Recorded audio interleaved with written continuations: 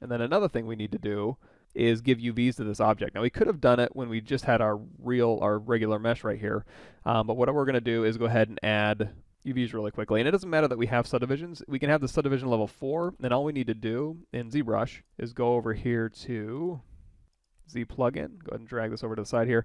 We're going to open up UVMaster, and we're going to say work on clone. So that's going to go ahead and clone our object off. So if I go up to our subtools here, you're going to see here's our clone working, and then our working file in here is what we're going to paste our UVs back to. Before we get too far, let's switch to matcap gray. It would make our life a little bit easier if we had polygroups for these individual areas. Now remember when we made polygroups for the arms, we're going to basically do the same thing again. Now you could have said keep groups when we were doing the Z remesher, but I didn't really want it to affect the overall geometry. So in this point, what we're going to do is a little bit of rework, or work we've already done, kind of.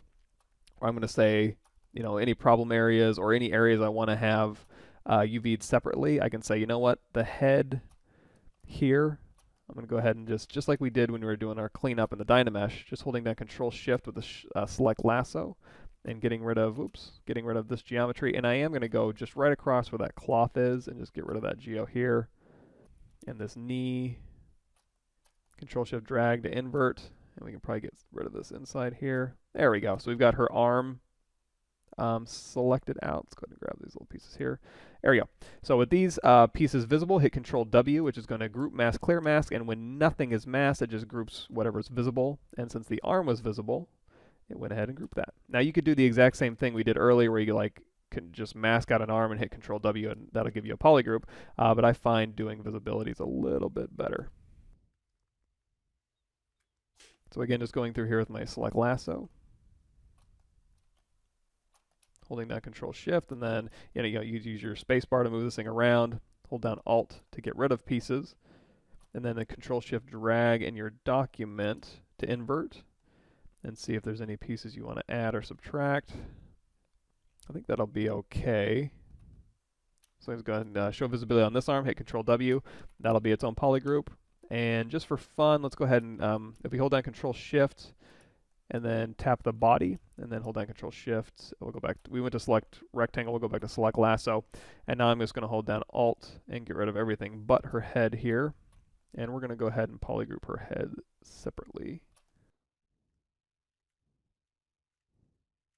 So hold down Control Shift, hold down Alt to add those selections. Control Shift drag in your document to invert, and I think that's a pretty good selection there. So hit Control Shift or Control W to polygroup that head.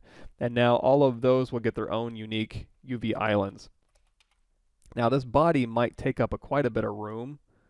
So while we're here, let's go ahead and isolate this rabbit.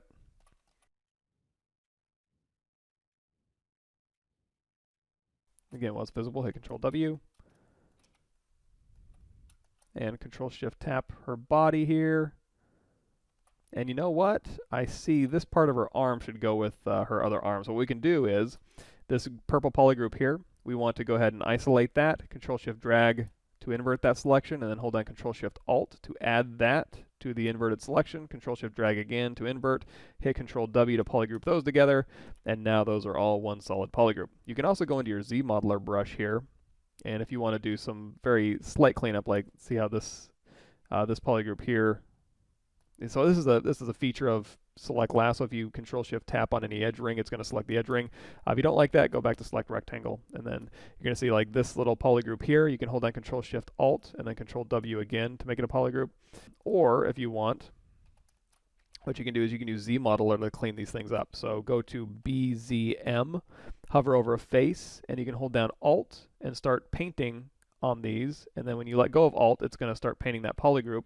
If you want to inherit like this purple one onto this orange, hold down Alt and start painting on the purple, tap Shift to inherit that purple, and now you can just paint with that purple.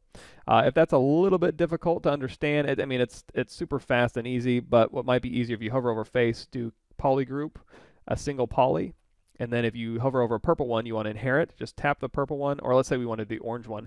Tap the orange one, tap Shift, that'll inherit orange, and now you can just tap on faces for orange, or tap on the purple, tap Shift, and now you will just paint with purple. I prefer to use the Alt painting method, but if that's easier for you to understand, feel free to do that. But These polygroups here are clean enough for me for demonstration purposes. Just to give it a few more options, what I'm going to do is divide this upper and lower body in half. So I'm going to Control Shift isolate, select the body, and then take this upper body here, hold down Alt, and we'll go ahead and just do the lower body, hit Control W. So now we have upper body, lower body, rabbit. And you know what, even on this lower body here, let's go ahead and separate her out from the rocks a little bit here. Again, you don't have to do this, but I'm just trying to get more options for when we go to UV this thing, just a few more islands for it to be able to work with.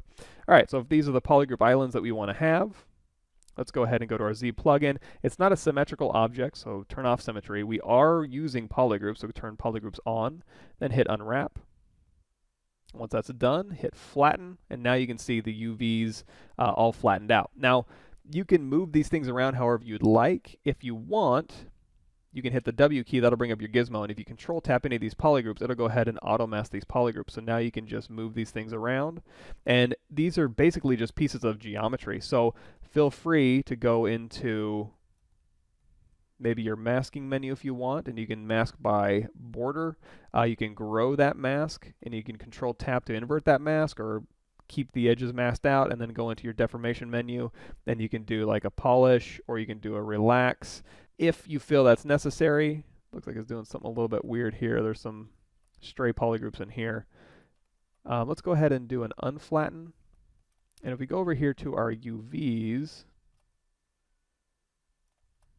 let's go ahead and hit Morph UV, and you can see, let's keep an eye on here. You can kind of see maybe where we had a little bit of a gap in our Dynamesh. So when you're using your Dynamesh, make sure you go through and try to fill any holes. I think it left some really weird stray geometry there. And if you do have stray geometry, you can hold down Control Shift, grab a little piece, Control Shift A, and then do a delete hidden. I'm not too worried about it. I think we'll be okay. So let's go ahead and do another unwrap, do another flatten. And then in here, we can hit W, we can control tap any of these, and if you want to, there's a lot of things. If you go to my YouTube channel, we go over UVMaster a lot, so just go check those videos out. We go in depth and in detail on those things. But like I mentioned before, these are all just geometry pieces. So whatever geometry you like to use in ZBrush, if you want to do like brush, mask by polygroups up to 100 and move these things around or smooth these things out, you can feel free to do that. I'm going to go ahead and say these are fine. So I'm going to unflatten these. We're going to copy UVs. We're going to go back to our file here, and on this one here, we can do paste UVs. And just to make sure our UVs went on there, let's go down to our texture map. We're going to go to Create, New from UV Check. And now, if we hover over these, you're going to see we do have our UVs, and our UV lines are on here. You can also do New from UV Map, and that'll give you a gradient from red to green, and you can kind of see that your UVs are working fine. And we still have our subdivision history. So here's our low res, and let's go ahead and turn our texture off. So we have our low res here, and our high res here.